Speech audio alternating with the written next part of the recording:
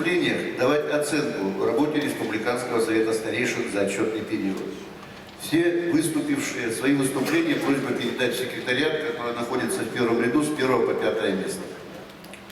Слово для выступления предоставляется главе Таштыбского района Шулбаеву Василию Ивановичу. Подготовиться Чертыкову Юрию Карповичу.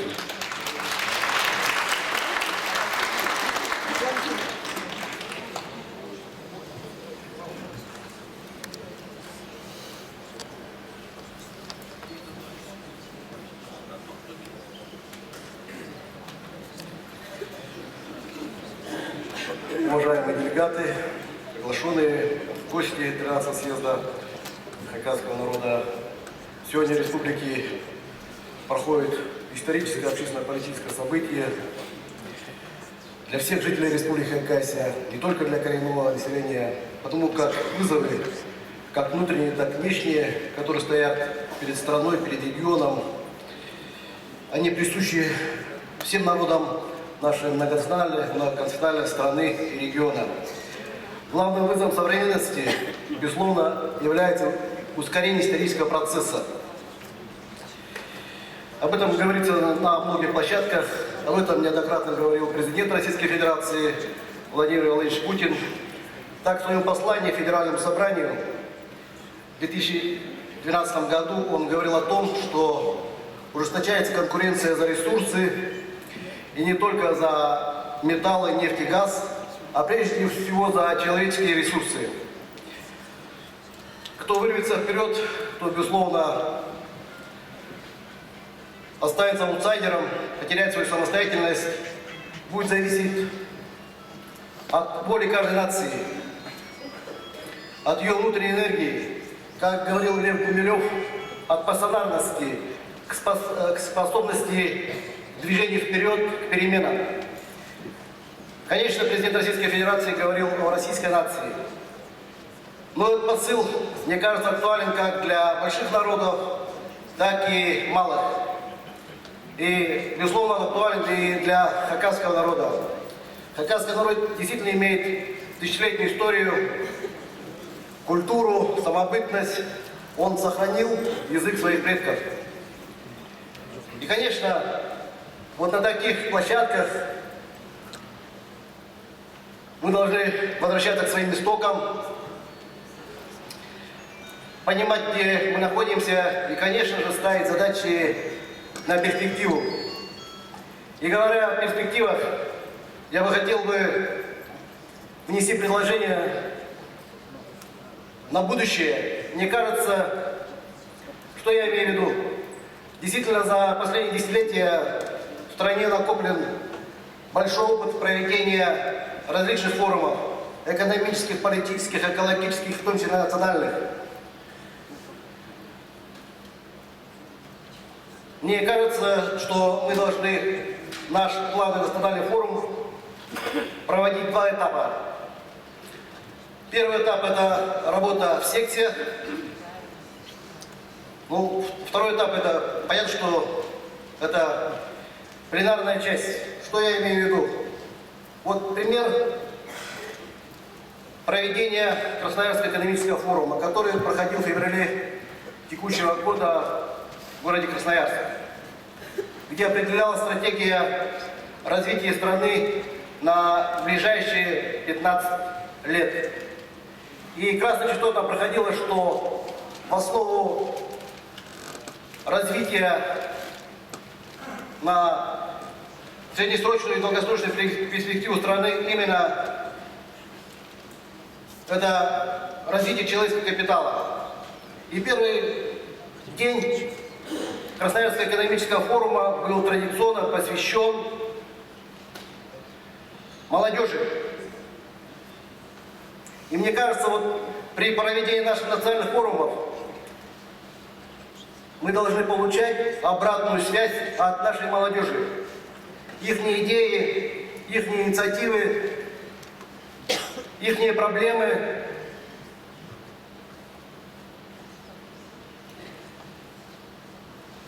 И, безусловно,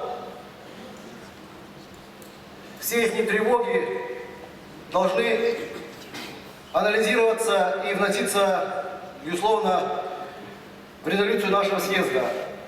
И так по каждой площадке. Мне кажется, что были бы востребованы такие площадки, как наука и образование, культура и язык, здравоохранение, социальная политика, экономика, экология и другие. Главным вызовом для хакасского народа на современном этапе, безусловно, является сохранение своего языка. И тот посыл, что нет языка, нет народа, конечно, он нас должен очень беспокоить. Язык не может существовать и развиваться вне общества.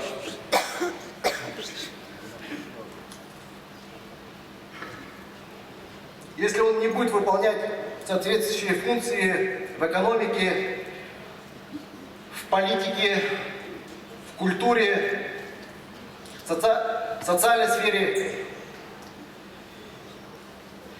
Вместе с тем, ученые отмечают, что угроза языка наступает тогда, когда прерывается процесс естественной передачи языка от родителей к детям. И давайте мы, каждый из нас, этот вопрос поставим к себе, что у нас происходит. И, конечно, мы должны все сделать для сохранения национального достояния Республики Хакасия, основы культуры хакасского языка. Я предлагаю возможность рассмотреть создание фонда по сохранению и развитию хакасского языка.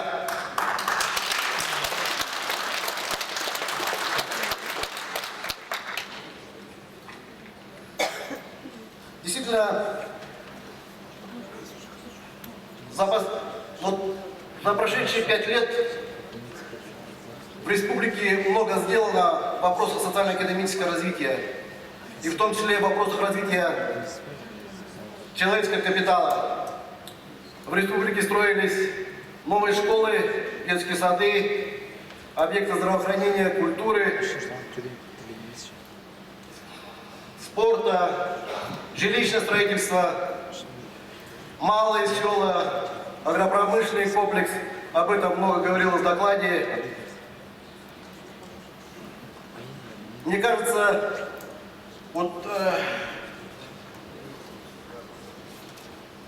те исторические стройки, которые у нас сегодня возводятся, это, безусловно, перинатальный центр, это лечебный корпус Республиканской клинической больницы имени Галины Яковлевны Рябишевской, это Краеведческий музей имени Леонида Романовича Козласова. Безусловно, эти стройки – это действительно большая ответственность и очень серьезная задача. И мне кажется, команда главы Республики Хакасия с достоинством проходит это испытание. И мне кажется, чтобы также дальше амбициозно двигаться вперед,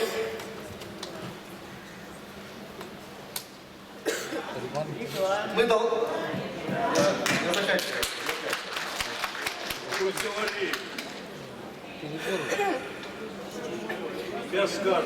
Пользуясь площадкой нашего съезда, что хотелось бы сказать? Я хотел бы поблагодарить главу Республики Хакасия Виктора Михайловича Зимина за поддержку инициативы Таштыкского района по объявлению 2016 года годом Ивана Матвеевича Штыгашева.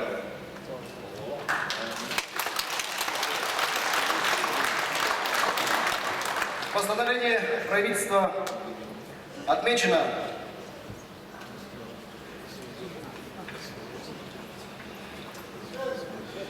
огромное значение личности и вклада писателя, священнослужителя, миссионера и просветителя в развитие культуры и образования Республики Хакасия в целях сохранения и популяризации его наследия и в связи с 155-летием со дня рождения Ивана Матвеевича Штыгашева. Понадобился целый век для восстановления исторической справедливости. В 2015 году исполнилось 100 лет со дня представления о смерти Ивана Матвеевича Штыгашева. Уверен, научно-литературное и духовное наследие, его вклад в развитие культуры, языков народов Южной Сибири является мощной площадкой укрепления межнациональных отношений. Свои произведения он писал на русском языке, но пришел он к этому через веру в православие, а православие и русский язык для нашей страны являются объединяющим и системообразующим факторами.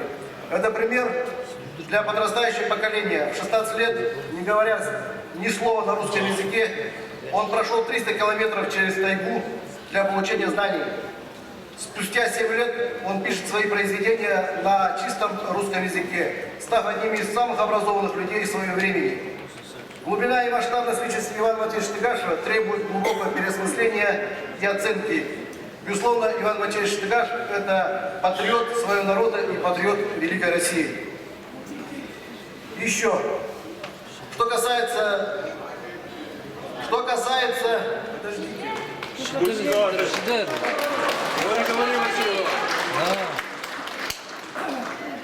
Василий Иванович, заканчивай. Спасибо.